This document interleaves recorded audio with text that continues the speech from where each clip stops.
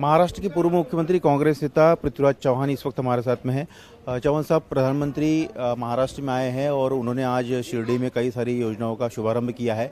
उन्होंने कांग्रेस पर निशाना साधा है, कहा है कि नीलवंडे जो डैम है उसके लिए 1970 में परमिशन मिली थी, लेकिन इतने दिनों से 2014 तक ये प्रोजेक्ट रुका रहा और हमारी सरकार ने उसको आगे बढ़ाया और कई सारे काम किए। उन्होंने पिछली सरकार पर ठिकरा फोड़ा है कांग्रेस।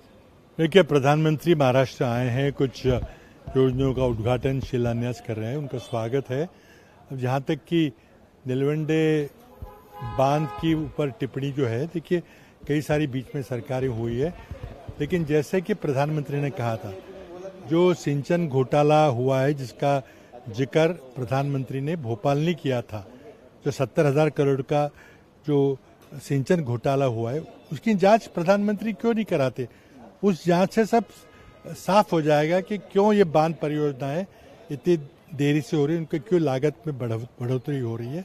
तो क्यों नहीं प्रधानमंत्री, जिन्होंने भोपाल ने कहा था कि महाराष्ट्र में सिंचन में 70,000 करोड़ का भ्रष्टाचार हुआ है, उस भ्रष्टाचार के लिए जो दोषी है उन पर कार्रवाई क्यों नहीं करते। इसका जवाब प्रधानमंत्री महाराष्ट्र की जनता को दें। प्रधानमंत्री आज है और एमवीए के नेता उद्धव जी हो, बाकी लोग भी पूछ रहे कि प्रधानमंत्री है तो मराठा आरक्षण का मुद्दा है, मराठा नेताओं से मिले, उसको सॉल्व करे। जरंगे पाटिल ने अनशन शुरू किया है, कुछ जगह पर हिंसक भी घटनाएं हुई है। देखिए, महाराष्ट्र के मुख्यमंत्री एकनाथराव शिंदे ने वादा किया है कि कुछ समय चलते मराठा आरक्षण का हल निकालेंगे और मराठा आरक्षण देंगे। अगर वो समझते हैं कि प्रधानमंत्री को ये करना है तो वो कल प्रधानमंत्री को मिलने दिल्ली गए थे, आज उनके साथ वापस आए हैं, तो शायद जरूर कुछ बातचीत हुई होगी।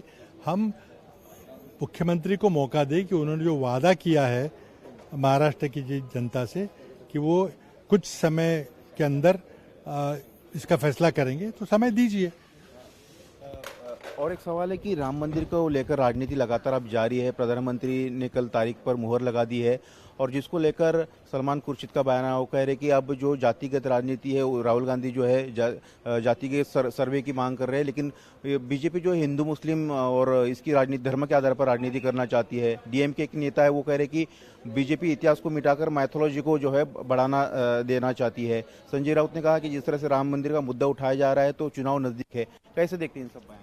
देखिए, किसने क्या कहा है उस पर मैं टिप्पणी नहीं करूंगा। अब भाजपा इतिहास की जगह मैथोलॉजी ला रही है, उसमें सच्चाई है, लेकिन राम मंदिर हो रहा है, अच्छी बात है। हिंदुओं की आस्थाओं का प्रश्न है। अगर भाजपा ने कोई वादा किया था तो वो पूरा कर रहे हैं, लेकिन मैं नहीं समझता कि उस वक्त चुनाव पे कोई असर पड़ेगा। चुनाव जो है वो रोजी रोटी, महंगाई, किसान की आत्महत्याएं, भ्रष्टाचार पे चुनाव होगा।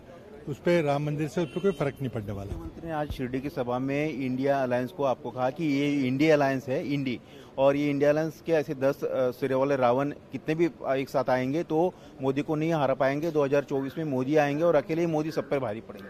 देखिए, गठबंधन करना ये राजनीतिक दलों का अधिकार है। अब विपक्ष ने एक गठबंधन बनाया है, उसका नाम क्या दिया है, कैसे नहीं दिया है, अब नाम से क्यों डरते हैं। विचारधाराओं की लड़ाई है। अगर आप में हिम्मत है तो चुनाव कराइए। महाराष्ट्र में आप ना तो स्थानीय इकाइयों को चुनाव करा रहे हैं, मुंबई महापालिका के चुनाव नहीं कर रहे हैं, क्यों डर रहे चुनाव कराने से। लोकसभा के 4 उपचुनाव होने थे, नहीं हुए, तो ये तो साफ बात है कि अब चुनाव कराने की स्थिति में नहीं है और लोकसभा में जब चुनाव होगा तब जनता आपको आपका रास्ता दिखा देगी।